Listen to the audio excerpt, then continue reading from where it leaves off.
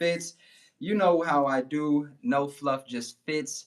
This guy. Giving raw reactions to everything in the culture, black culture, pop culture, everything that's happening right now. We not just talking ignorance, we talking real stuff, solutions. We like to have a little bit of fun though. If this is your first time tuning in, make sure you hit the like button, subscribe to the channel. Today we're going to be talking about a couple of things, right? We're going to be talking about Russell Wilson getting called the lame, essentially, in my opinion, for not being a street dude. But we're gonna get into it and talk a little bit more about that. We're gonna be talking about how Trump either has already or is about to send the National Guard into Chicago. It seems to change every single day. One day he is, one day he's not. I don't really know what's going on right now, but we're going to talk about is it needed? And then we're going to get into a little bit of black fatigue, sprinkle a little bit of black fatigue on there. I'm going to go a little bit deeper on what black fatigue is because there's the definition of it, like what it was coined, and then how it's being used now. Before we get into it, though, I want to welcome Ty, guest on the show. If Hi y'all have guys. not checked out previous live streams, he's been in a lot of the debates, I've been uh, everything. from the C. Dot Chronicles This guy. to just everything in between. Yo. And so, tell the people a little bit about you, and then we'll jump into it. Yo, what up? Hi guys. Ty. It's nice to meet everybody. Just honored to be on the show today. Nah, it's Ty. Little bit about me. You can find me at Dusty Paws K9 Dog Trainer. I just do this on the side with Fitz. We hop in and we chat about this stuff online and offline as well. But y'all can find me at Dusty Paws K9. Train dogs to go on hikes, walks. We do commands. We do a little bit of everything. So y'all tap in. And it's good to be here today. Yes, sir. All right. So, first subject I want to get into is Russell Wilson getting called a lame by Channing Crowder on the Pivot podcast. Mm-hmm. So, for those of you who are unaware, there's a man named Russell Wilson. Now, Russell Wilson, by every metric, seems to be what I guess you would call an upstanding citizen. Now, I haven't really dug too much in him, but his biggest crime against the black community has been that he doesn't have a criminal record. He's a family man. He doesn't portray to be some hood dude. That's his biggest crime against the black community and just being a human being. Is pretty much he's an upstanding citizen. Now, it seems like in 2025, that is something that we should not strive for. In 2025, that's something that is kind of taboo within the black community, at least publicly, and at least, what we want to promote in the culture. And so recently, there was a video that came out of Channing Crowder, who's on the Pivot podcast, where they talk about football, they talk about culture, all these things. And he called Russell Wilson a square, a lame, said he's not like us, meaning, he was talking to a group of black people, he's not like us. And so I did a video reacting to it, but I want to dive a little deeper, shoot some ideas off with Ty, and hopefully have a discussion with y'all if you want to join live and if you want to watch the replay in the comment section. So I'll start out by this. Why is it that black men who are not criminals are classified as lame?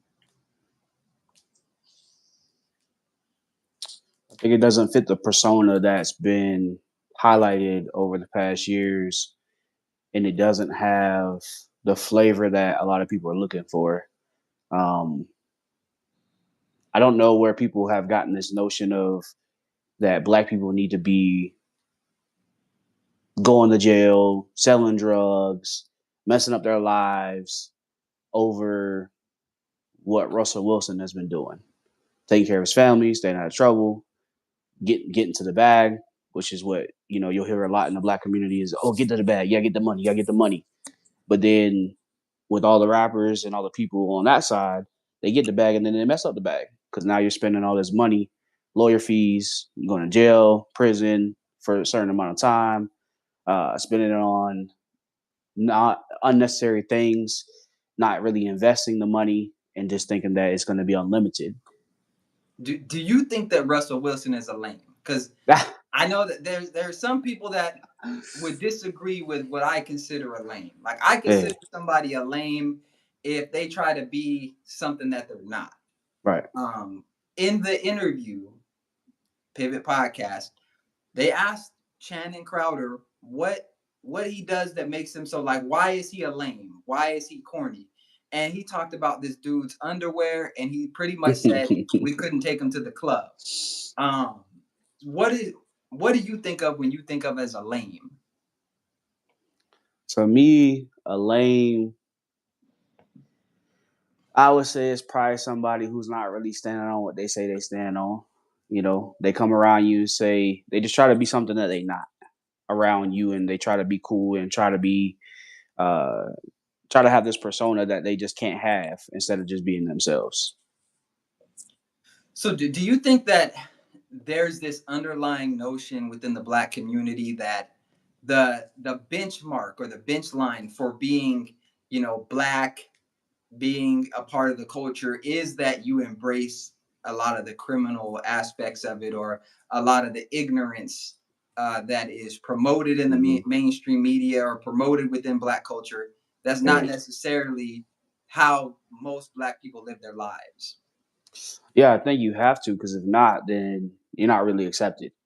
Then you're looked at as like an outsider, or you're too good, or for you, and we've had this conversation, whitewash, right?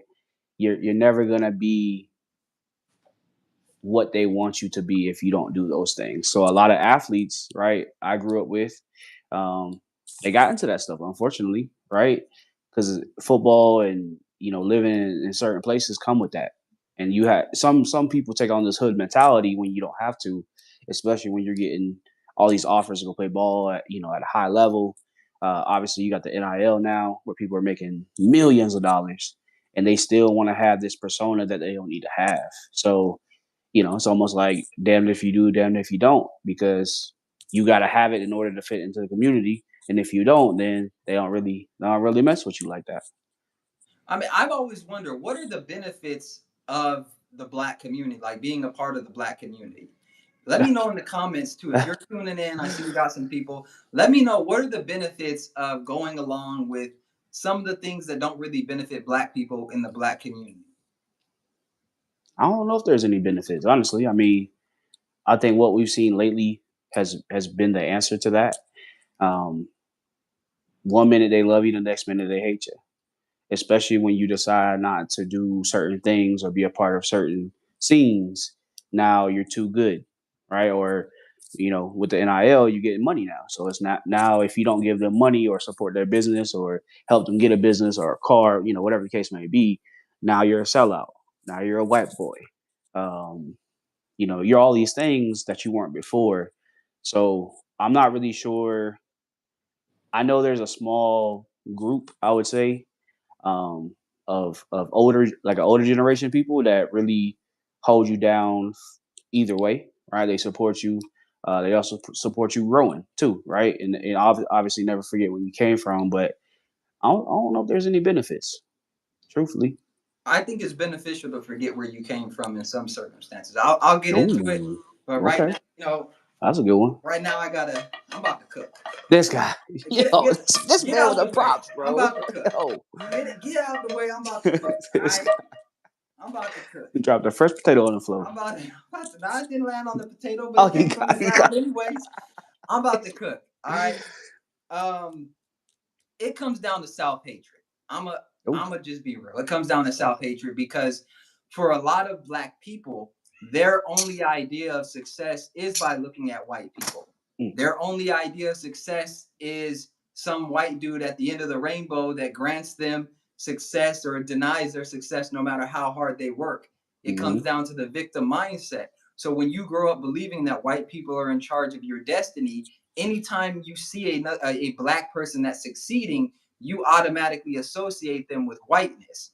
This is what's happened within our culture and our community is success is centered around whiteness in a lot of black people's mind. And instead of them accepting a black person that is on their success grind, that's really about their business and about their money, they associate it with being white. Because if they mm-hmm. associate it with being white, then they feel like they have a leg up because they say, well, I didn't sell out and that's why I'm not successful.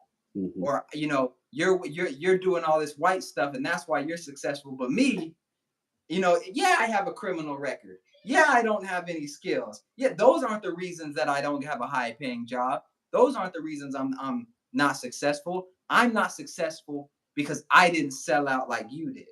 That's a predominating narrative within the black community. And and I think particularly, and I don't know if this happens, honestly, I don't know if this happens with black women. I don't know if black women say that to each other. I haven't really heard of it, but maybe it happens. But I've heard it more so between black men, Mm-hmm. when black men talk to other black. Now I have heard people say stuff like towards Candace Owens, saying she straightens her hair and stuff, but most black women do that anyway, so that's really not a thing.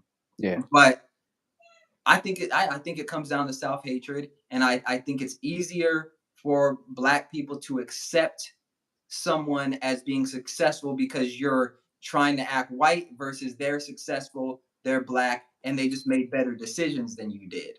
Yeah. And so when I hear Channing Crowder saying that Russell Wilson is lame, and all he's named is that the dude wears a specific type of underwear and does his hair a certain way, I look at Mm-hmm. that and I say, this is a man that's never truly been secure within himself. This is a man that's always associated success outside of sports with being white. And the issue is that, what is he? I don't know if he has kids or whatever, or kids that I don't know if he does, Mm-hmm. It but does. a lot of these narratives get internalized, and then you pass those on to your children, and then it becomes like, what are you telling your kids? If they know how to read good, if they know how to write good, if they know how to do math, oh, that's white stuff, that's white boy Mm-hmm. stuff, you lame if you know how Mm-hmm. to know. Mm-hmm. It comes down to insecurity and a feeling of inferiority. I really believe that a lot of these dudes feel inferior to people that can do stuff off the field that they can't do or they haven't applied themselves to be able to Mm-hmm. do, and it's just an easy out. What are your thoughts on that? Yeah, I think that's true. I think it does come from a place of self hatred and um, not really knowing who you are. Too many people try to take the identity that they had, where they were, how they grew up, and they try to take that to different settings. And it's okay to have a foundation. I think you know taking those principles you learned early on and utilizing them, I think that's great. But there's certain aspects of your identity or your perspective that you have to kind of drop off going into different settings with different people because not everybody grows up like that and not everybody is built like that. So you kind of have to adjust and adapt to the situation. Um, and I don't know why people don't want to evolve. I don't know why people are pushing this thing of, well, you have to struggle. Your identity has to be struggle the rest of your life, as if we can't evolve and grow and get good opportunities to put ourselves in better positions. um, that's kind of weird too, to push that on people and say, well, I'm poor now, you're not poor, so now you're not a part of the part of the group anymore. And it's like, why do I have to be poor? Why can't I use the resources that are out there to better my life and better my family's life as well? So I think Channy probably spoke from a place of, I'd probably say, ignorance. And it's weird to have all that money and be ignorant. And a lot of them are jealous of people off the field who are doing things that may be looked at as lame, but make as much money as they do. Right? It's not entertaining, right? Because you're doing something totally different than the football aspect. But I think it also comes from a place of that, of ignorance, and I'm above you. I'm the star because I played football, which I played football, and I think that mentality is very prevalent. A lot of people take on that mentality, and I think it just comes with it because football dominates the well, we can say the world now because a lot of people are getting into it, but mainly the United States. So for him just to pop out and say that and not really give any concrete examples besides, just being corny or, not being a thug or being down with the culture, I think that's weird. Do you think that lame is lame, or does it depend who's doing it?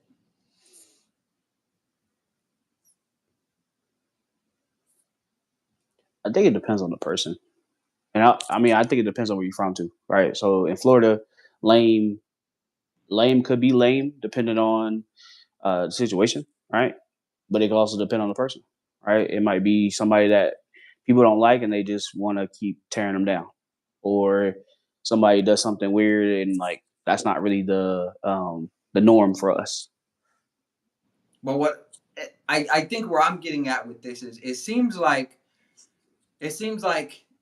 there's a different set of criteria for being lame when you're black versus when you're white. And I'm saying Mm, that's black people putting that out there. yeah, Meaning like a black person could do something and that's lame, but a white person could do that and that's not considered lame, or they're just white. And yeah, so, that's why I say I think it goes back to self-hatred, because a mm, lot of those things that are considered lame are just normal things in other communities. If right. you're reading, lame. If you're doing your homework, lame. If you talk to women respectfully, lame. If you, I'm married, I don't want to go out and do this and do that, lame. Yeah, Like everything that is good, it seems like is considered lame in black culture, and yeah, everything that is degenerate, everything that's like you risking your freedom, you mhm, risking you never seeing your family again. Those are mhm, the things that we clap for. Those are things that you got to do to get into the cool club, mhm. right? But then when you say, I don't want to be in the cool club, I want to raise a family, I want to be living a positive life, I want to do these things to progress. It's like you have to go outside of the community, outside the culture, really, to be embraced. I don't even want to say embraced, but Nah, to that's just right. be able Embrace, to do those things without embrace. feeling Yeah, like, you know yeah, people hating and stuff mhm. like that. Real quick, I see we got some people in the video. Make sure you hit the like button, subscribe to the channel if you are not subscribed. Please hit the like button. We are almost at 2,000 subscribers. It's been a journey. Hit the Nice. like button. It helps push the content out to more people. If y'all could do that for me, appreciate it. Uh, yeah, let's get back to it. So yeah, I think Yeah. I think it comes down to self hatred. I think a lot of people really. I think a lot of people. I'll say this: if you're trying to be cool in your 30s, I would say even your mid 20s, Mhm. you have some growing to do. Right. Being cool is for teenagers and kids. That's Yeah. what being. I don't want to be cool. I want to make money. Mhm. I don't want to be cool. I want to be whole. I don't want to be cool. I want to have my freedom, right? When you're a kid and you're growing up as a teenager, you have a little more leeway when you get in trouble. You have a little more leeway, like you could do certain things as a teenager and they seal that away when you become an adult. As an adult, it's not cool to be walking around with a domestic violence charge because you don't know how to control your emotions and you done smack your girl in the face because she said something you didn't like. That's Yeah. not cool to me. That's not cool. But if you like, hey, no, I respect women, I do that. Lame. That's what I'm saying. Everything that is considered cool in black culture ends with you in a grave, in a jail cell, or being unemployed or something. Yeah. It don't make sense to me.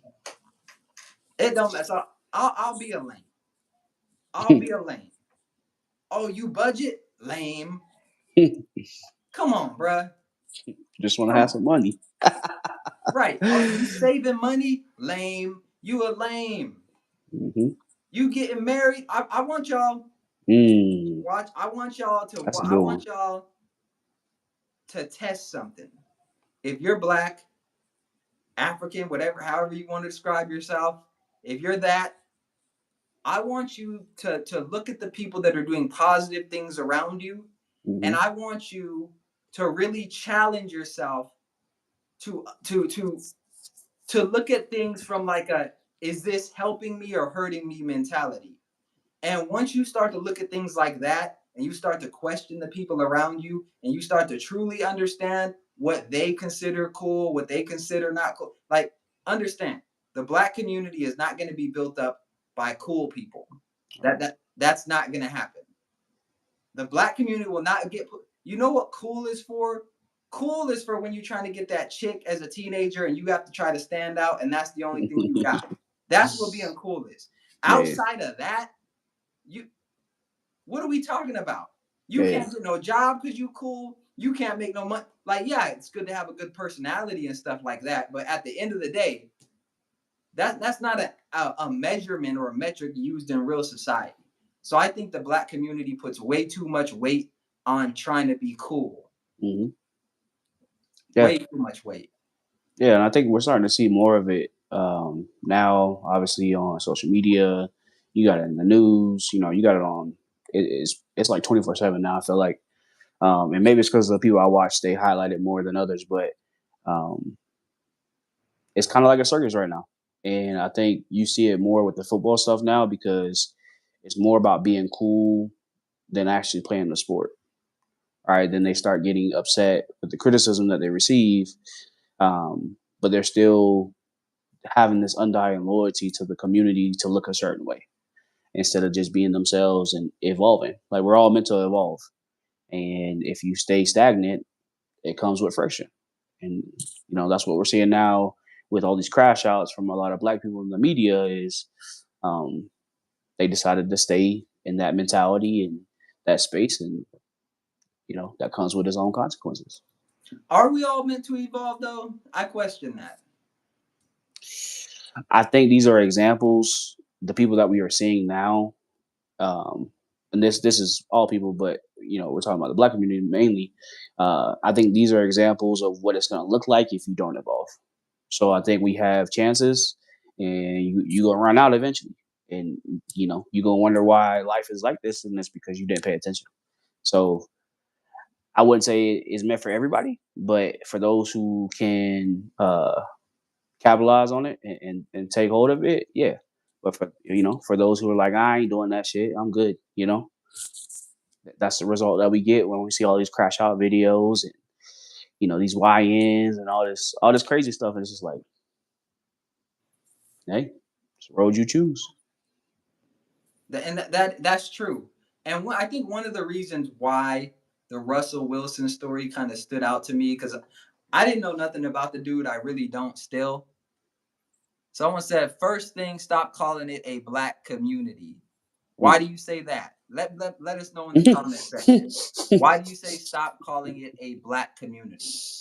Um, but one of the reasons why the Russell Wilson thing stood out to me is because I think it's one of the most damaging narratives that exist. Someone Right. said it's an American community, period. Just be American. No.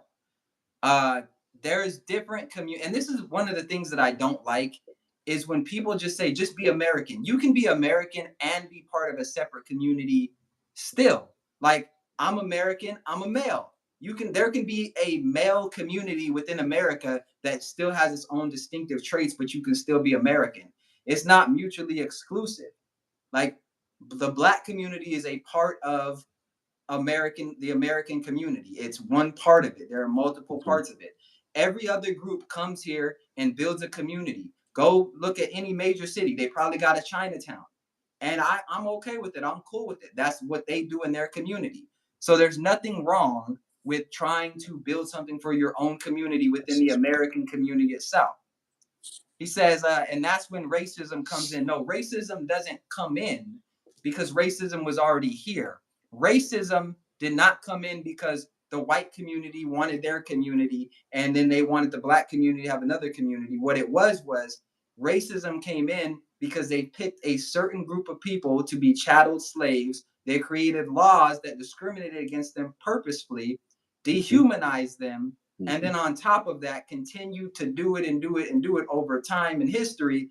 And now it's built up systems and built up attitudes within the American psyche, and that's how racism came in. It didn't just come in because somebody said, hey, we have the black community over here and they want to do good and the white community wants to do good and everybody come together and everybody can do good. That's not how it came.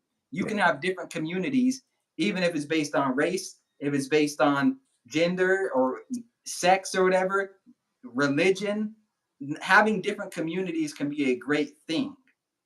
So just saying we want to build the black community up is not how racism comes into the picture. It's actually ignoring the fact that different groups of people experience different things within the United States. Um, Right.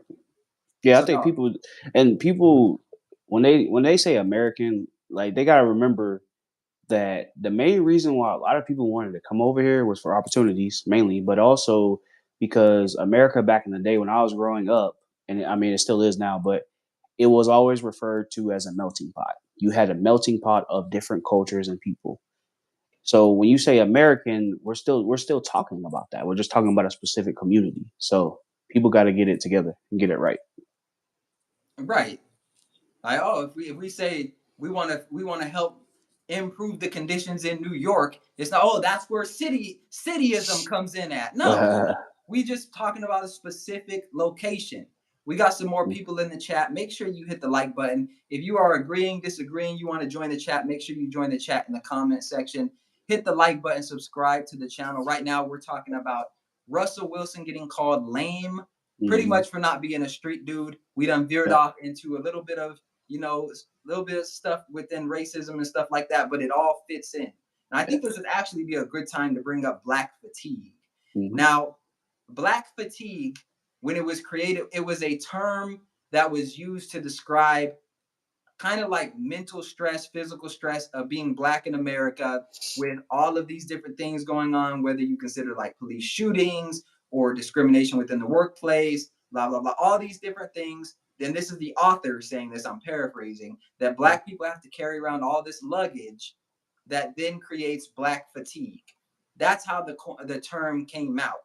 Now the term has been hijacked and it's something that's used pretty much it's been flipped.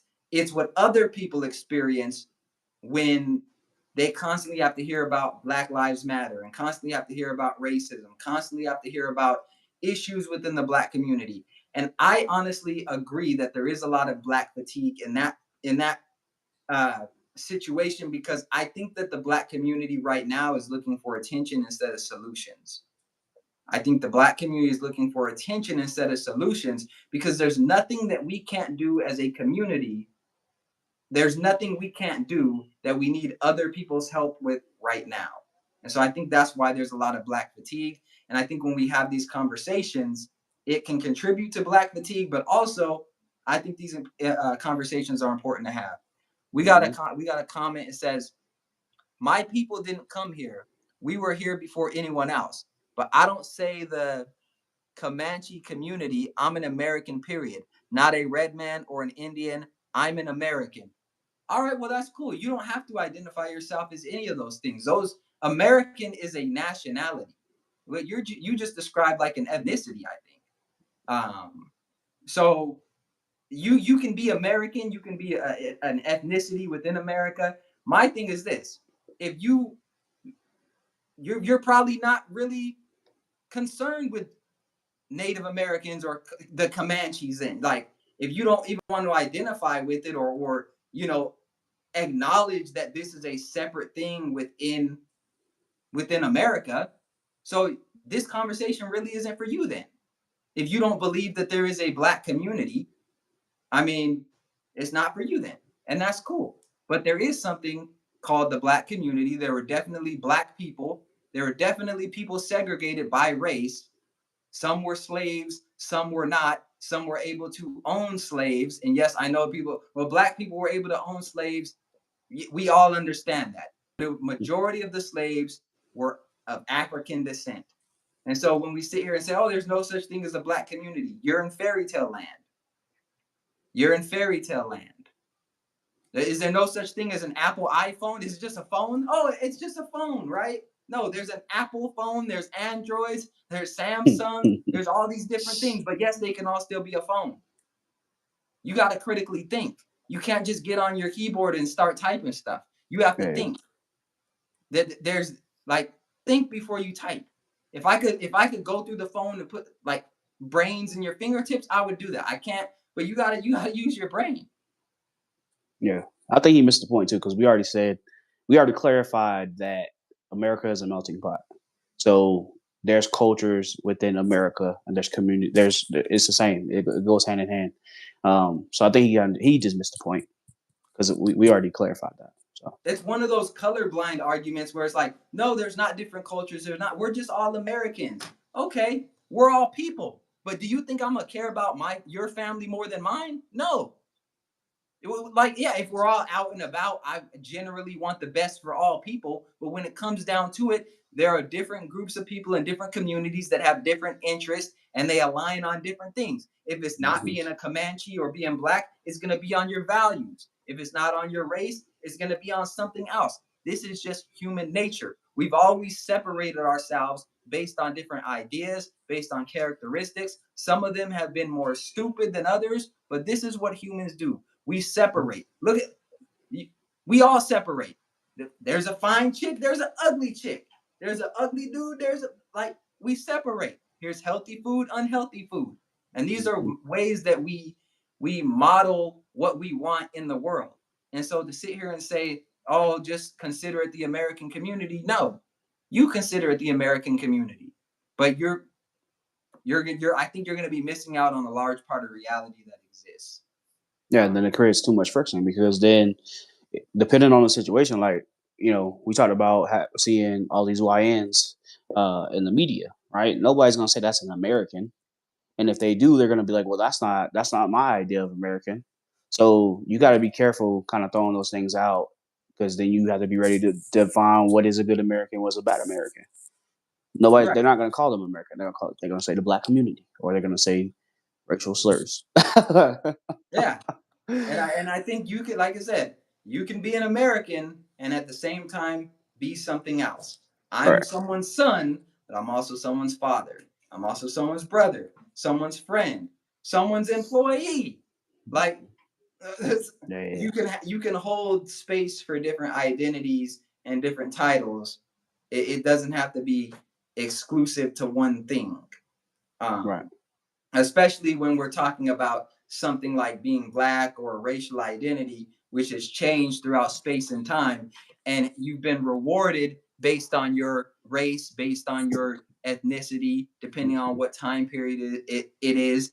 And there's a lot going on behind the scenes that we don't even know about where people are getting rewarded and punished and all these other things based on those characteristics and based on that culture and based on that history, whether we're talking about physical resources or just the mental uh, trauma, the mental ideas and culture that's passed down when you're in these cultures and in these communities. Mhm. Um, but yeah, Yeah. that's my thought on that. Yeah. Contradicting too, because he says he's not a red man or an Indian, but in his name it says Maui Red Man. So I And don't. he said, "My people, Yeah. my people didn't come here." So, are your people? Who are your people? If we're all Americans, Right. he says, "My people didn't come here." So you acknowledge that you have people that are separate than what you would consider to be American. Mhm. So even just you making the argument points out the hypocrisy that you can obviously identify that American is not a term that you can just use broadly. That there, Yeah. even within that, there are distinct groups of people. Right. So, you Yeah. Lame. anyways, Lame. uh, Yeah. no, but I appreciate the comment. I appreciate the comment. Black fatigue. So I've been seeing a lot of videos online, and I've reacted to a lot of them, where pretty much, and it's wild because a lot of white people are now coming out and saying, essentially, you know, we've been allowing y'all to run things for too long, talking about the black community. We've been allowing y'all to tell us what racism is. We've been Mhm. allowing y'all to tell us. Someone said, "I'm an American Indian." Cool. We've been allowing y'all to lead things, and it's kind of gotten off the rails. And I said this years ago. I said, I do think there's racism in this country, but at the same time, I don't think the solution is to pretty much expect that white people are going to bash themselves indefinitely, that white people are going to see themselves as the enemy indefinitely. And what we saw, especially over the last 10 years, was just white guilt on steroids. And this is where white people who never said anything bad about black people, who've never done anything about black people, but they were told that they should feel guilty because their ancestors may have done something to black people or other minority groups, they adopted a sense of guilt. And I think now that they're adults and they're kind of seeing, like, hey, I'm moving through the world. I haven't really harmed anybody. I'm going through struggles too. These jobs they say and I'm going to be getting or whatever, I'm not getting them. This privilege, I don't really Mhm. see it. I think now we're seeing where, it's not sustainable for the white community to look at the black community as a charity case. And I think that's been the kind of the model is black people are like a charity case. We need to cater to their feelings. We need to make sure that they don't get offended. And we see now black fatigue. Everything is like you say something so many times and now it has no impact, no effect. Um, I think that's what's happening now, and that's why it's pretty much cool to call black people out now when it wasn't before. Mhm. I'm gonna turn this fan on real quick. Yeah, Ah, hot. that boy sweating. He giving Got, y'all this real work. got the hoodie on. Hoodie season. What are your thoughts? Have you seen a lot of black? I guess in reality, I don't really see much. I see these things online, but in my Yeah, regular life, I don't really see most of what I see on the internet. yeah. I don't see a lot of it either. I mean, most of it I've seen on the internet. I've seen it a few times in public, but nothing too extreme. Just people not having manners or common sense. I don't. I've never seen anybody crash out or try to, get down with me. So grateful for that. Um, but I do think white people. I think black people have become the new white people in terms of just complaining about anything and everything. Racism, this, and I can't get a job, and I don't think people have critical thinking skills anymore, and I think we're starting to see that on display more than ever. And for white people, I think they're more offended by what black people have gone through and maybe currently going through that they throw a big fit. And so it's never a break from either side. You either got the white people, oh, you need to treat all minorities better. You need to blah blah blah blah. I've seen people out here stand at the corner for the Palestine thing. All right, and I think they're more upset and offended than actual people are. So I only see it on the internet. I don't see it in real life. But I can understand why people got black fatigue. It makes sense. I got fatigue with everybody. I think part of it is people have the internet now as an outlet when they didn't have it before. Hmm. And whereas you used to like maybe have to have these conversations in real life, a lot of Yeah. people have them on the internet, not like we're doing, but just in people's comment sections anonymously.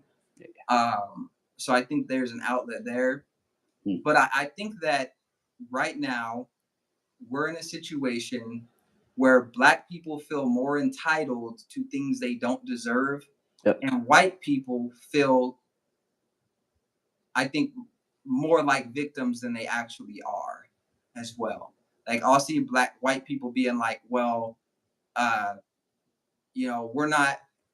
They do the DEI programs and they allow this college admissions to come up or whatever, but they're still not looking at the fact that a majority of the applicants that get approved are white, or percentage wise, or managers.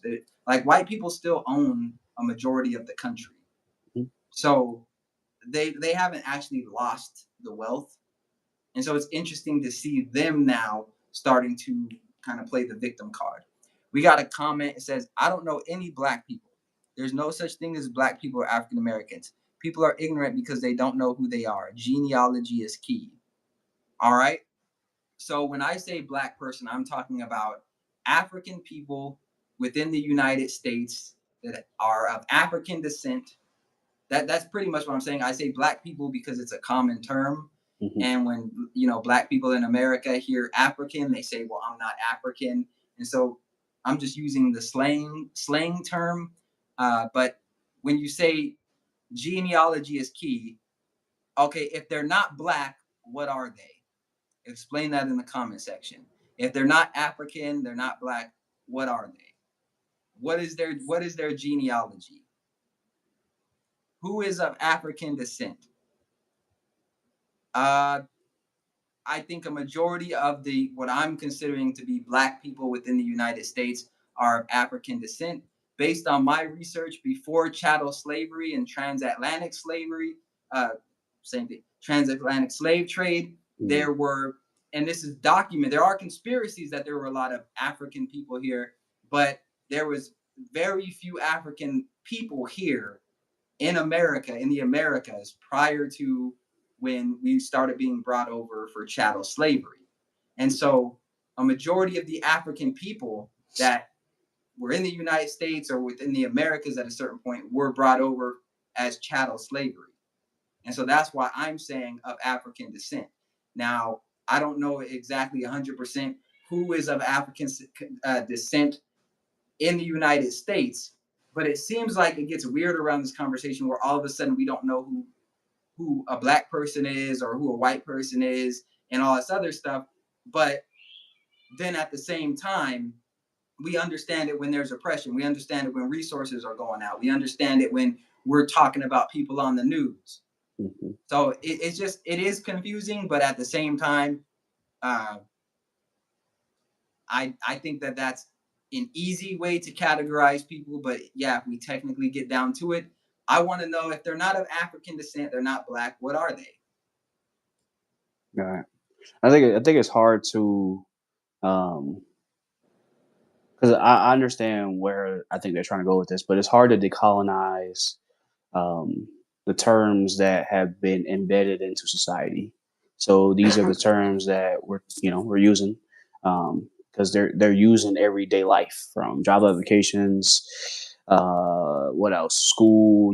These are things that are used for a while. So it is hard to decolonize that. It says most of the African people were brought here in the late 1950s. Uh, I don't think that's the case. When slavery ended, there was millions of African people here. There were millions of African people here when slavery ended. And so, what large migration of Africans came in the 1950s? Mhm. And if a large migration of Africans came in the 1950s, then why is it so hard for African people to trace their history back? That's like one generation of, like, people's parents were born in the 1950s. So why aren't there a bunch of African people, or like, why aren't there a bunch of African parents speaking their African tongue if a majority came from the 1950s? If a majority came and migrated here in the 1950s, why don't you have a bunch of first or second generation Africans here in the United States that know their native tongue? Right. That wouldn't even make sense. You're not seeing a bunch of Africans pulling up to the school, dropping their kids off, speaking their native tongue. That's not what's happening. Right. So that doesn't even make sense. It would be much easier to trace our history if that were the case. Hmm.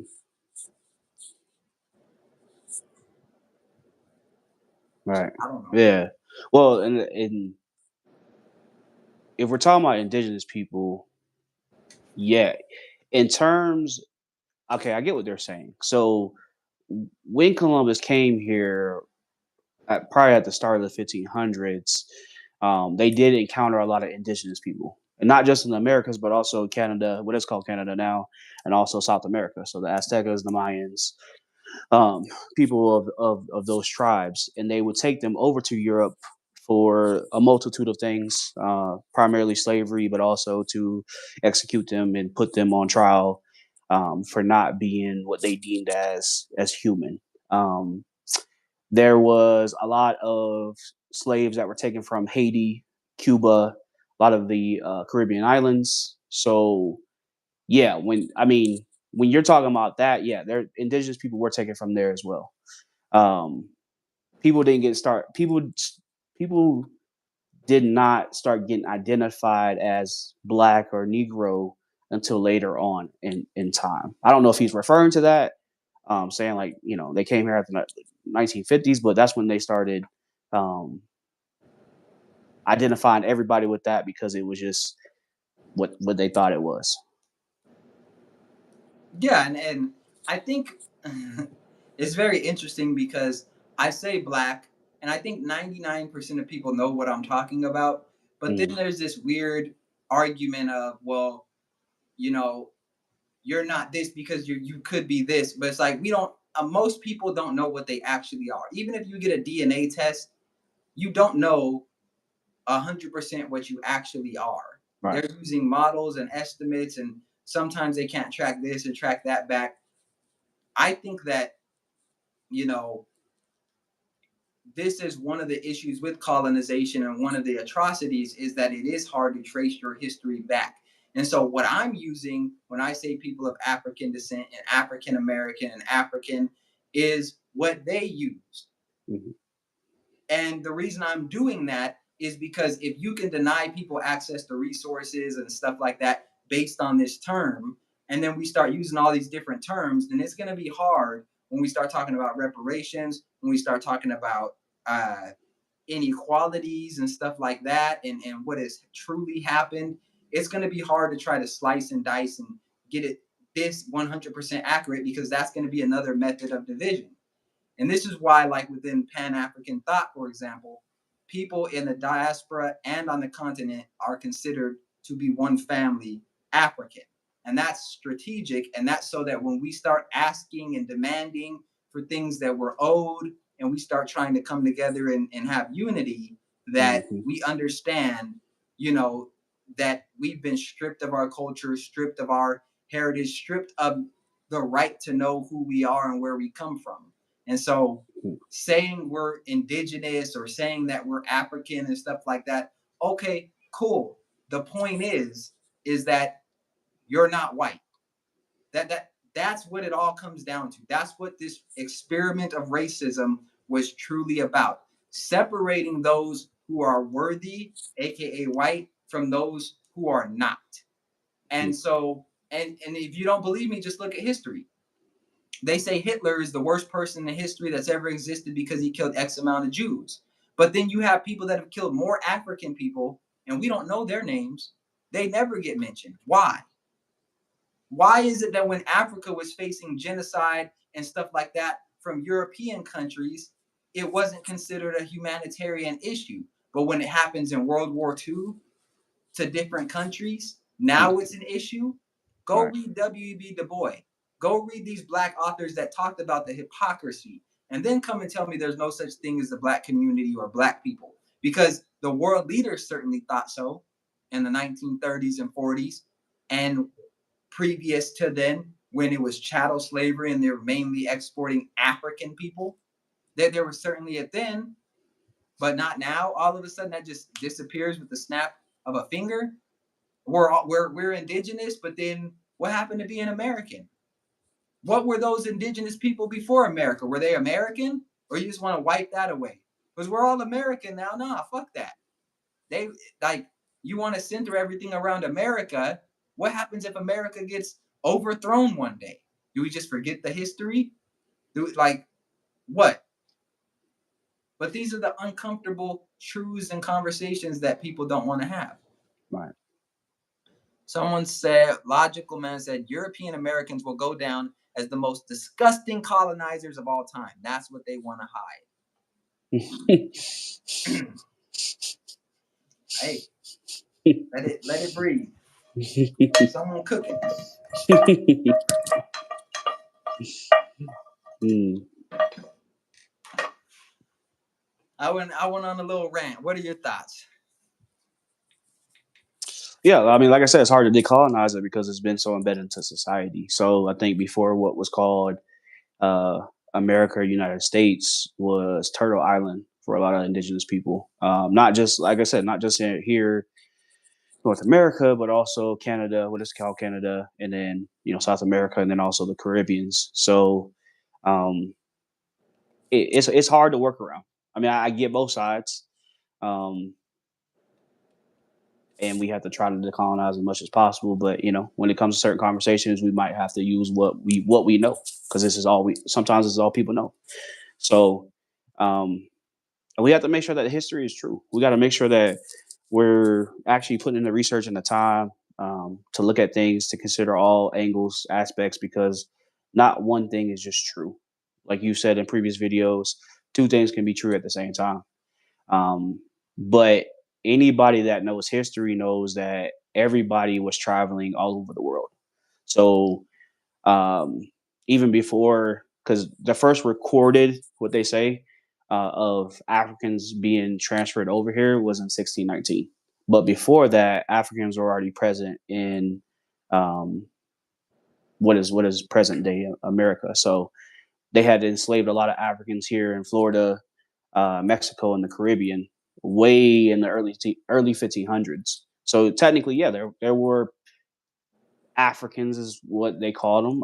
I mean, you live in different places, your skin gonna look different. You live in Florida year round, the sun's out, you're gonna be more melanated. You go to Washington State, you might be a little bit more pale. It's the environment. That's just what it is. Um, And so yeah. speaking of that, there's a research paper out there that actually dives into African, what is it? Emancipated Africans. They emancipated, self-emancipated Africans that lived in Florida, where Florida is now, Mhm. and they were separate from the natives that lived there. I think they called them the Muskogos, or uh, something like uh, Muskogees or something like that. They lived, Muskogees. yeah, Yeah. Muskogees. Mhm. And the self-emancipated Africans lived in Florida for about Mhm. 150 years in Mhm. the woods, in the forested areas. And this would be like an escape haven for Africans that were enslaved. And they would go there and they practiced Pan Africanism because they had different uh, African people from different cultures. There's like 3,000 different cultures just in West Africa. And so, you had Angola, you had people that practice Yoruba, you had people that uh, pretty much these are just native African people, but are now here in America and they're passing down their traditions and cultures, and they did it within one community. And they Mhm. lived in Florida, kept it up for 150 years. They governed themselves and they lived alongside the natives.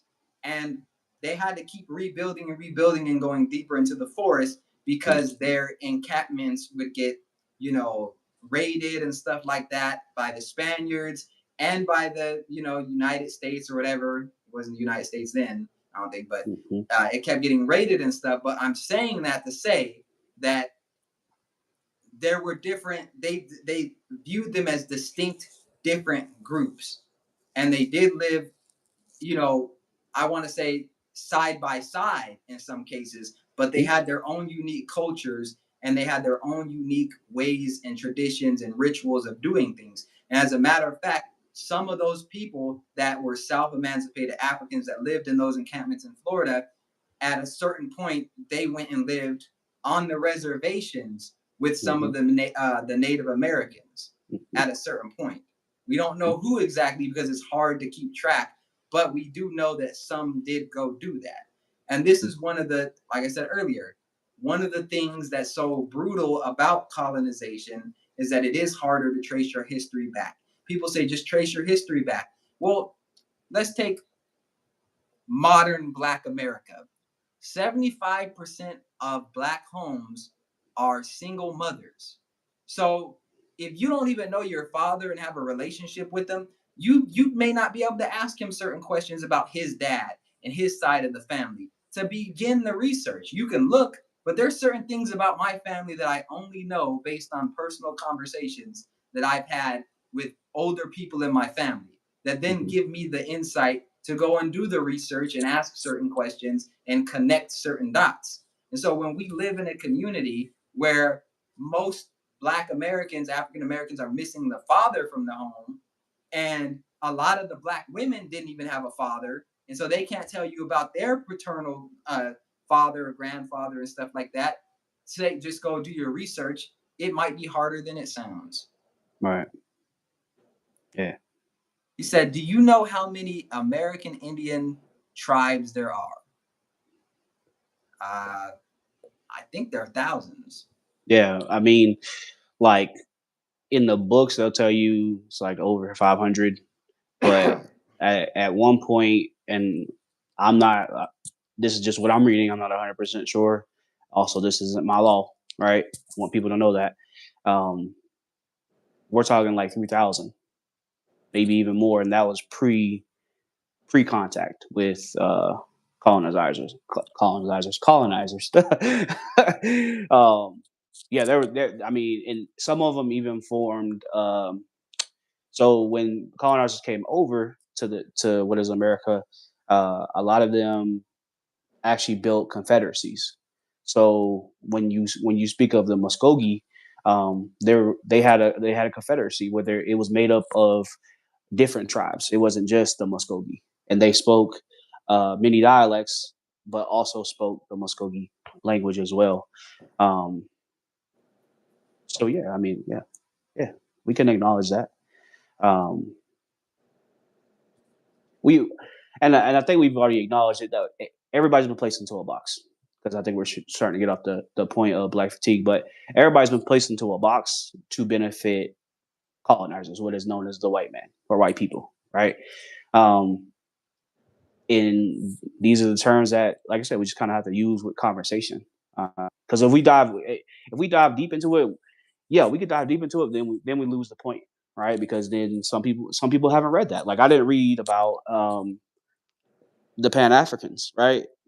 I knew of um, Which they weren't Pan Africans. or They having the used Pan ideology. African strategies, but they were like the African people from Africa that were here, and they were Correct. just different Correct. groups of African people. Yeah. So a lot of them had very similar traditions, similar beliefs. So it doesn't surprise me. There's also records of them working together and being part of some of the tribes in the Americas, and they call them freedmen now, but um, it's not unheard of. So Yeah, yeah, I but I mean, shout out to Corey for all the knowledge. I like it. appreciate it, Corey. I didn't know the English thing. That's pretty interesting. I have to look that up. The English that we speak. Okay.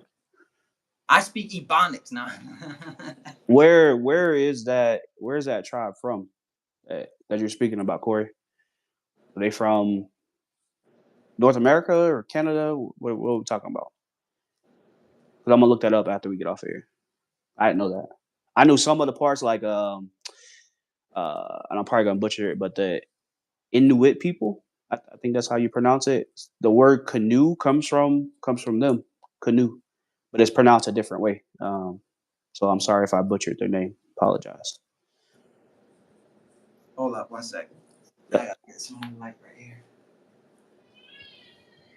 All right. So I think it's that's a North great America. segue into What Trump. what what? Let me see what state they from. What part of North America? Like on the West Coast, East Coast? I'm not too familiar with the name. That's why I'm asking. Algonquin. Algonquin is North American. Yeah, trying to think of like on the map where their lands would be. Drop that in the comment But section, continue. Corey. Yeah, I'm continue. a I'm gonna move forward with Trump going into Chicago. Yeah. Is it necessary? Because I've been seeing, like, and this is the crazy part. It seems like whenever something hits the news now, and it's I don't know, I don't know how to describe it. It's just I remember something like a shift happening with Mm-hmm. Trump and Republicans and conservatives within the black psyche, within the black community, where it used to be the thing to kind of down talk and just say negative stuff about conservatives and Republicans. But I've kind of seen a shift where it's almost cool to call out BS within the black community now. And Mm-hmm. so what you're seeing now is like we've been fed this narrative that black America hates police, black America is afraid of the police and stuff like that. But I'm seeing more and more videos where people from Chicago, black people, are saying, send the National Guard in. Yeah. Black pastors getting on TV saying, send the National Guard in. We have these programs. The programs do what they do, but this is what we need because this is a war zone essentially. Mm-hmm. Um, you can't live in these neighborhoods and expect to be safe. That this is something that is long overdue and it's boiling up. And I think there was something like 50 something people shot a couple weeks ago, just over the weekend. I think it might have been last week. Mm. Do you think that Trump needs to go into Chicago? Do you think it's an overreach of federal power? That Chicago should pretty much handle it by themselves. What are your thoughts? And then I'm gonna give mine.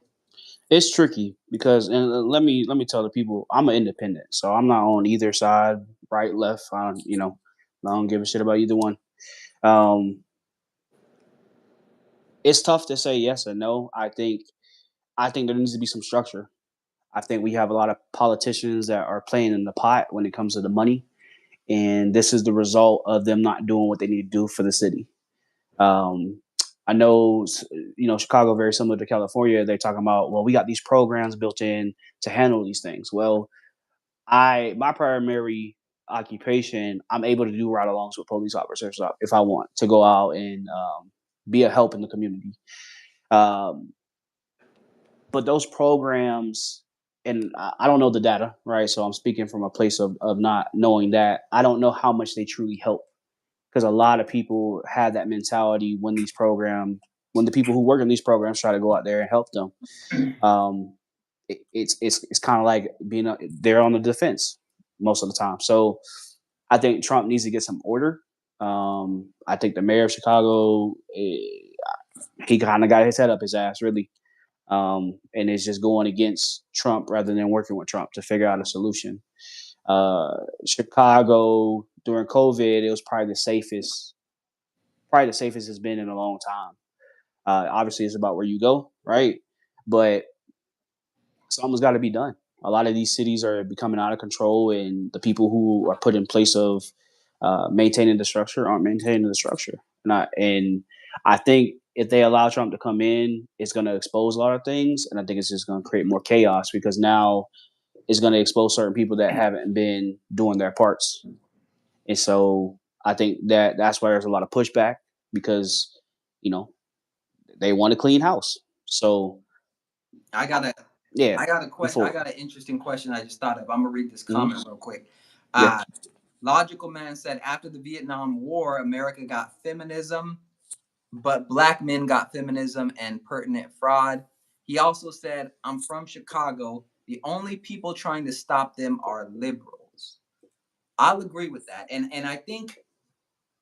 I definitely think that Trump should send the National Guard in, and here's why. mm-hmm.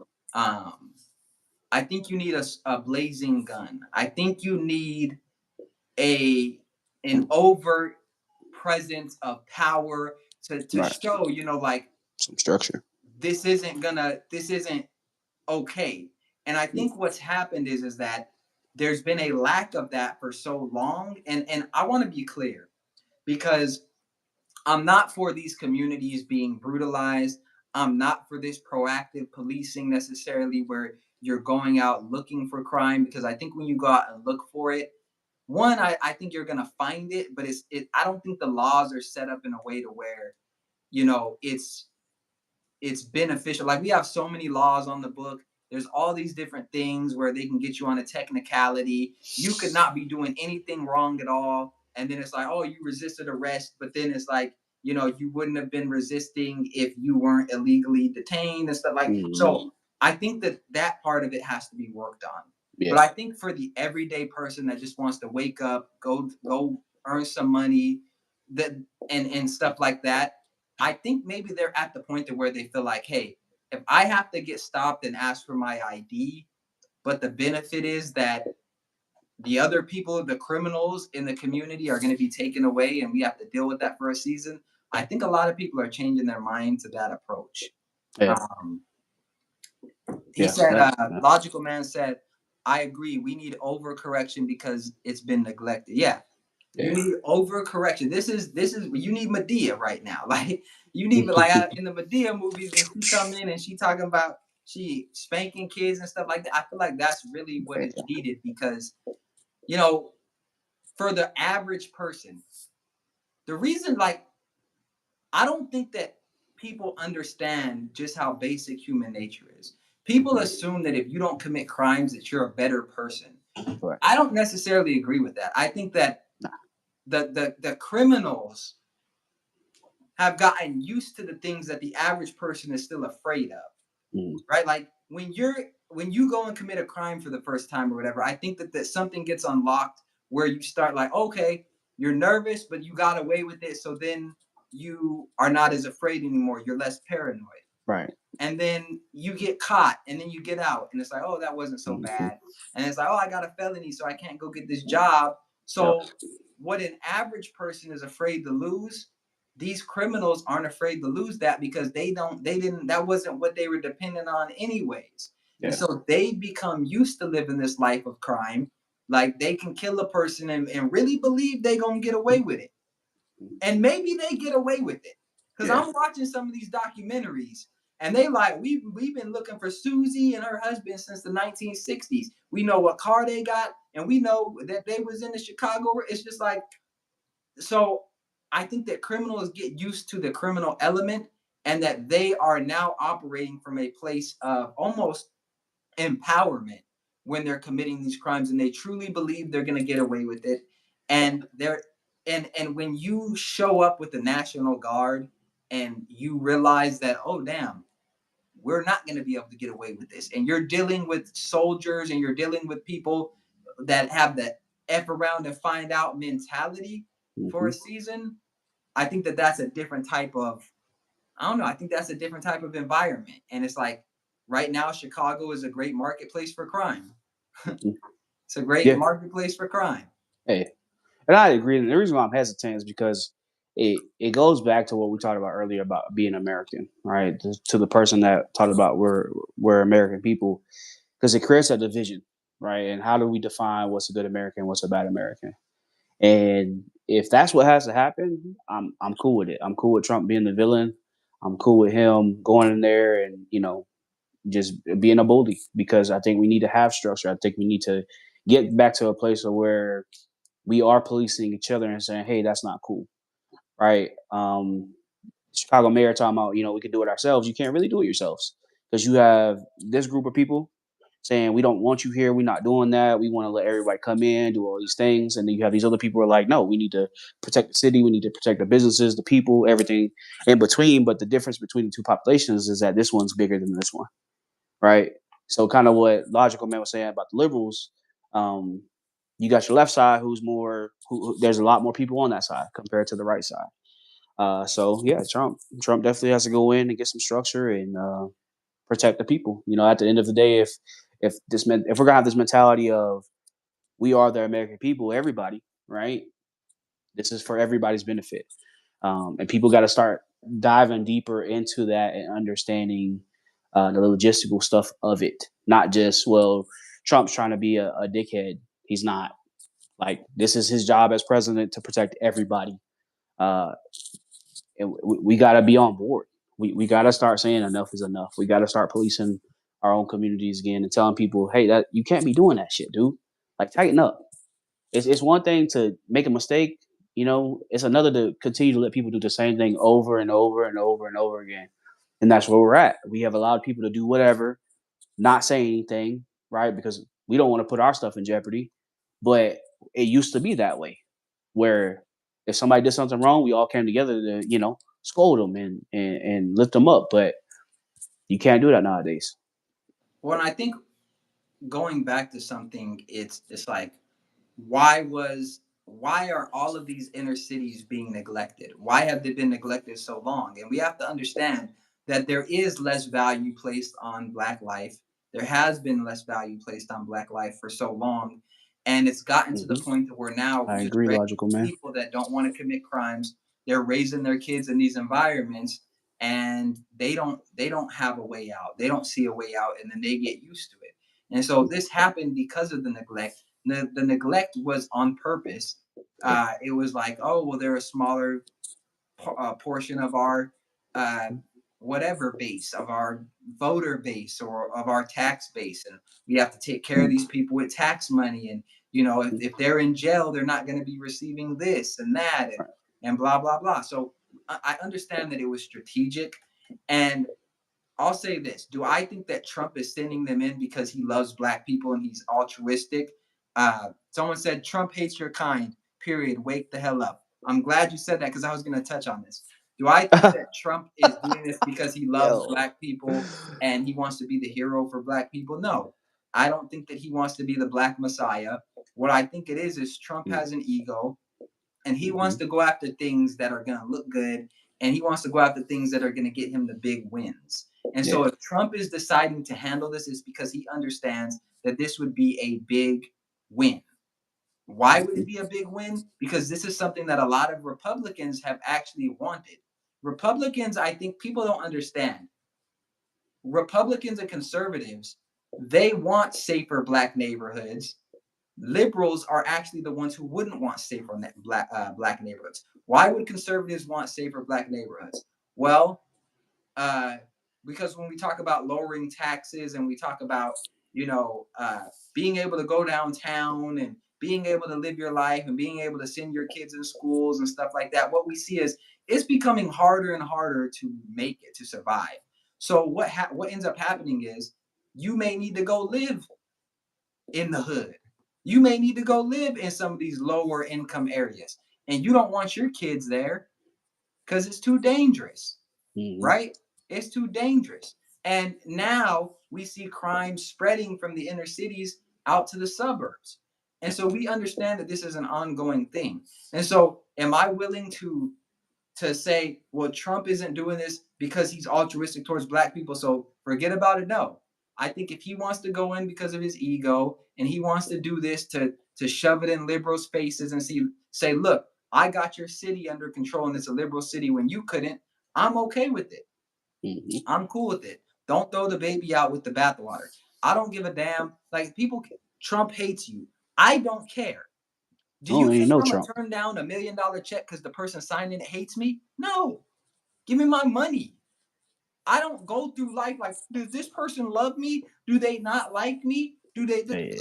What are they doing for me? What are the results? I don't care. Like for a culture and community that says we don't care what you think about us and this and that and this and that.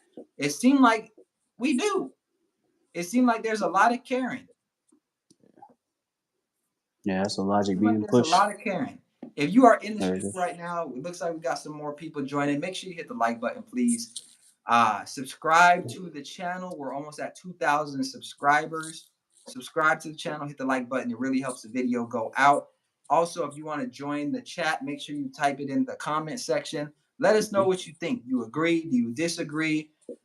Right now, we're talking about Trump going into Chicago. Is it necessary? Is it not? Who's the real winner? We Yep. got another comment. Liberals like weapons, racism against their own people. It's embarrassing.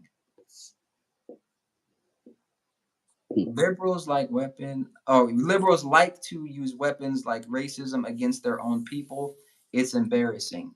Yeah, and I think that's true. Yeah. I think that right now racism has been weaponized and it's been taken, and it's actually a shame because a lot of the fights that would have actually helped stop racism or made it more equitable, a lot of those fights I don't think were fought properly. And now all you have are white people who either suffer from white guilt and don't actually believe what they saying, or white people that are so good at hiding their racism that you can't really do anything about it. Or my favorite group, this is my favorite group, the white people that sit there and bash other white people and make it seem like they themselves are not white. This is what is happening within white culture right now. No. And I think a lot of white people are going to start taking a stand against it, especially when they start having children. And it's like, now you have to tell your white children that white people are what? I don't think they're going to be able to do it. I Hey. don't think they're going to be able to do it. And that's why Trump won, is because there was Trump was the overcorrection that white people were looking for because they've been told so long that white people ain't shit. And Trump Yep. came in and made them feel like they were again. Yep. Yeah. It's about power, money, and influence. That's what it boils down to. And I think Trump got a little soft spot for Chicago. You know, he was there when it was really booming, booming. You got the Trump Hotel down there. I think it's still down there. I don't think they closed it or anything. Um, but this is what happens when you put people in place who aren't doing right by the city, and this is a consequence of that. I mean, I can't tell you I lived in Chicago for a few years, so I got to see the beauty of Chicago, but also the bad side of it, and not from the people itself, but just from the politician side. So we got to do better in paying attention who we're putting in place, and making sure they're for the people. Because Buddy right now is not for the people. Hell, even Lori Lightfoot wasn't for the people. She was That's what terrible. I wanted to ask. Let me know. I'm gonna pose this question to the chat, and I'm gonna pose it to you, and I'm gonna pose it to anyone watching this in the future. What do you think the difference would be if it was Obama sending in the National Guard to get control of the crime in Chicago versus Trump?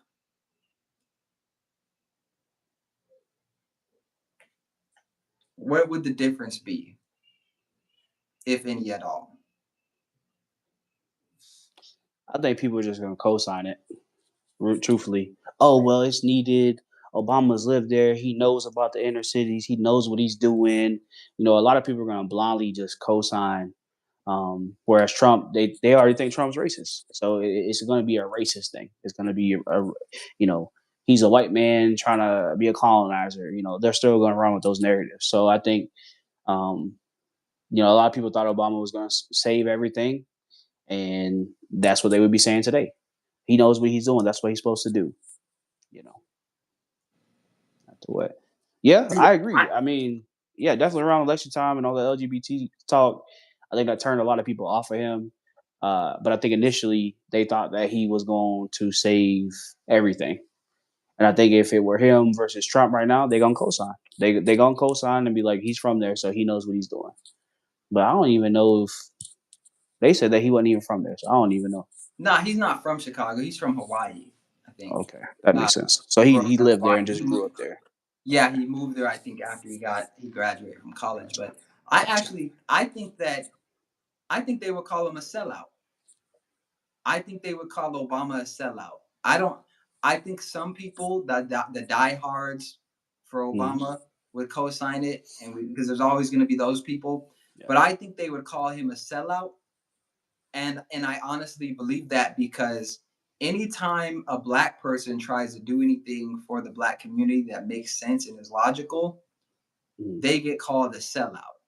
They get called the Uncle Tom. They get called all these different derogatory terms. And I think, and one of the reasons why is because we've been told for so long that the boogeyman is white. We haven't been mm, told the boogeyman is the black man that is envious of you, the black man in your community, the black man that, is uh, has nothing to live for, and they don't mind taking your life over $200 or stealing your car and stuff. We've been told the boogeyman is white. And so it would be cognitive dissonance if you have a black man saying we need to pretty much go in and stop black men from hurting you. yeah. And that's essentially what needs to happen. Where the black community needs to put a stop to black men hurting other black men and black women. I watched a video the other day where a young black dude, he was probably like 16, he approached a black woman in the store, and he was asking her for a hug. And she was Mm, like, "Nah, I'm married." I've seen that. And he wouldn't let it go. He's like, "Don't your husband doesn't need to know about it." Yeah. All this stuff. She kept politely being like, "No, I'm good." This dude, this black dude, 16 years old, punched this lady and attacked her because he would not give her a hug. Yeah. He doesn't know this woman. She don't know him. She wouldn't give him a hug. He attacked her. Now, I know some of y'all are saying, where are you going with this? Here's where I'm going with this, right? That didn't just come from anywhere. Yeah. Like, you don't go into a grocery store, walk up to a stranger, demand a hug, and then when you don't get it, attack them. That's cultural. You grew up in an environment where you believe that that's okay. And so, my point is this: when you come from that culture and you believe that that's okay, and you believe that you can go out in the world and do these things that the normal person wouldn't do, it makes you dangerous. And we cannot fight dangerous with playing political games and waiting, because guess what? Danger reproduces. Mm-hmm. Danger has kids. Danger has kids and then goes to prison, and then those kids get raised by the streets. Mm-hmm. Imagine that dude having a kid. Yep. Imagine that dude having a kid. And so for me, I think if Obama tried to do something like that, he would get called a sellout. He would probably have been a one-term president. And ultimately, I don't think that black people want a black savior. I think they want a white savior. Yeah. I definitely think that black people want a white savior. Why do I say that? Because going back to the Russell Wilson thing, being called Mm-hmm. lame, I don't Mm-hmm. think black people respect other black people enough to have a black savior. Right. I don't. I really don't. All of that Obama stuff, they didn't respect Obama. Nah. They didn't respect him. They knew he was black, but he wasn't respected. And Obama didn't respect the black community. Yep. And so for me, I don't think Obama was the right black president to really make change. Correct. I think that I honestly believe that it's going to take a Republican black president to really make change in the black community. Because if a black woman or black man gets elected as a Republican, they're going to be able to do all the things that Democrats secretly want to do but can't do. Mm-hmm.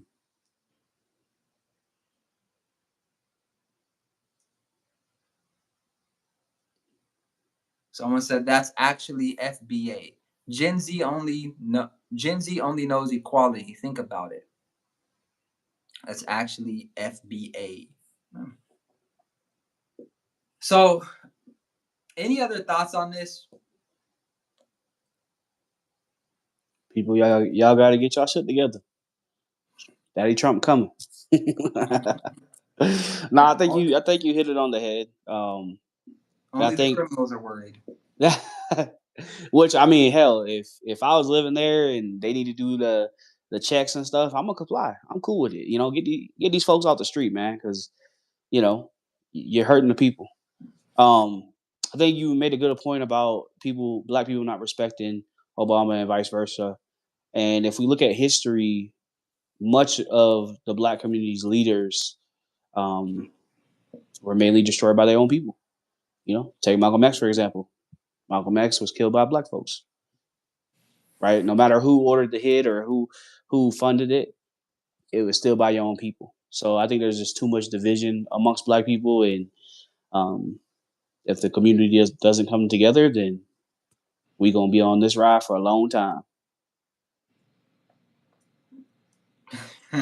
Do you No, want to ride? Shout out to I agree. Chicago. I agree. Well, look, if you are in the chat right now, let me know if you have any, let's know if you have any more questions. If you're watching, make sure you hit the like button, please. We are almost at 2,000 subscribers. Hit the like button. It really helps push the video out to more people, especially on the replay. Hit the like button, subscribe to the channel if you want to hear more raw, real conversations, reactions. Go check out my channel. Um, just tap in. Tap in. You might see something you like. Uh, Also, if you're a content creator looking to grow your brand online, make sure you tap into my content confidence workbook. Info is going to be in the description. If you want to grow a brand online without the burnout, perfect thing for you. We got a new comment says, get one group to do Mm-hmm. something, then get another group to shut them down.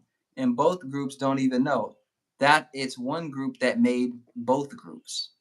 Yeah, I think there's a little bit of that, maybe a lot of it. At the end of the day, I think that we definitely have to start closer to home and try to work things out. I think we are definitely unorganized as the Black community. And ultimately, I think you have to start with yourself, start with who you can reach, and then branch out and take it as far as you can go. Everyone's not going to be a community leader. Everyone's Mm-hmm. not going to be able to hold the attention of the masses. Everyone is not going to be able to do what we see these public figures do, but you can do something. And maybe that something is just you being a good citizen and not committing crimes. I'll Right. take that. Yeah. Maybe that is, you have kids and you raise your kids the right way so that my kids can be around your kids. So I think if we get the fundamentals down, we'll be in a much better place, and then start building on that. Logical Man said, "What country would be an example for Black people to follow with no black on black crime?" So if you're talking about a predominantly Black country, of course, the crime that happens is going to be black on black, just because that's a majority of people. Hmm. When we talk about black on black crime, I think we have to put it in context, right? We know that people typically commit crimes against other people that they live next to. So a majority of white victims, white people commit crimes against white people. So a black on black crime is not exclusive to the Black community. I think the issue comes in at where I don't know one song where white people are talking about killing other white people. I don't see it glorified. I don't see it promoted. I don't actually know the nature of a lot of white on white crimes. Maybe it's not reported. Maybe it's not, I'm not looking deep enough, but I'm speaking for the Black community when I say this. I don't know what country you can go to where the black on black crime is low. I'm sure that Hmm. I can find them.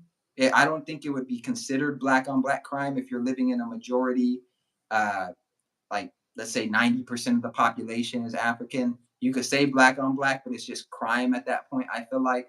Um, Right. but I think one of the troubling things is that the crime committed against other black people is one of the fundamental downfalls of the Black community, whereas I don't see that happening in white communities. For example, I don't see majority white communities where it's like, oh, we can't have our kids walking around outside and we can't do this and can't do that. Like, I just don't see that type of violence. Like, I've never been in a white community and thought, damn, like, I hope I don't get ran up on by some white people. Like, that doesn't happen. That So maybe it's just me. Yeah. Yeah. I mean, a country like the first country that comes to my head would probably be like Haiti, like some of the Caribbean or islands, countries, whatever you want to place on them. They still do have crime and they still have a lot that goes on, but I think there's a foundation that they've have stand upon of principles and what it's supposed to look like. So they definitely police each other. For the most part, it's very positive. Everybody's community oriented. Um, so that would be an example, in my opinion. Obviously, they have crime.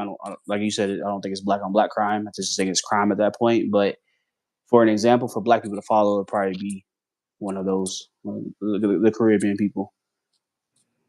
And I would say you don't even have to follow other black people. Just like culturally, what what is going on?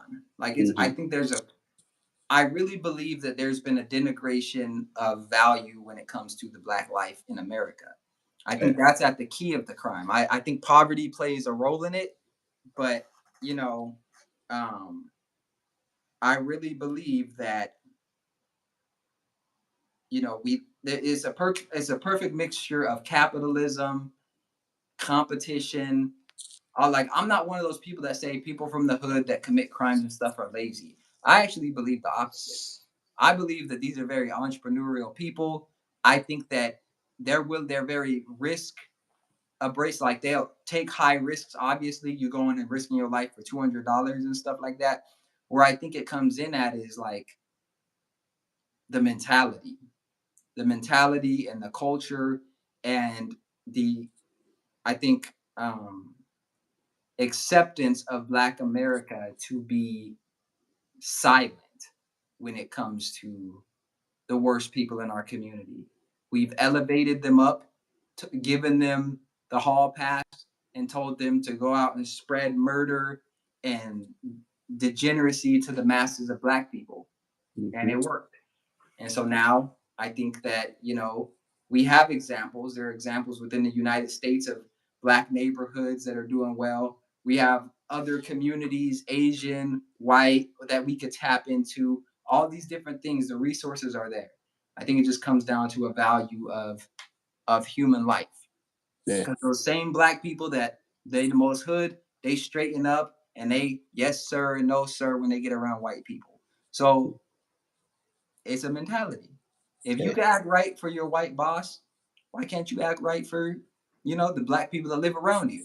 Facts. So it's a mentality. I'm not going to make excuses for these people. And when I say these people, I'm not just saying black people. I'm saying like anyone that wants to go out here and commit crimes and do whatever in Chicago and all these other places is Mm-hmm. definitely needed. It's going to send a sign. America, we talking about America. America is not open for crime. Um, Chicago, the inner cities, not open for crime. If you want Yeah. to be a criminal, I think that you should be held accountable. And so, yeah, Lock them up. I hope that Lock them up. Trey Taylor said, lock them up. I, this has been a good time. I done cooked up a little bit. Like I said, appreciate y'all for tuning in. Make sure you hit the like button, subscribe to the channel. We got more videos dropping soon. I will be bringing back the live debates and stuff at a certain point. So if you want to come up and you disagree, you can come up on camera. Yeah, Let yeah, that me was a good know. time. Let me know what you think, and we can get to it. But appreciate y'all. I'm gonna go make this dinner. Yes, sir. Make sure you tap Peace. in.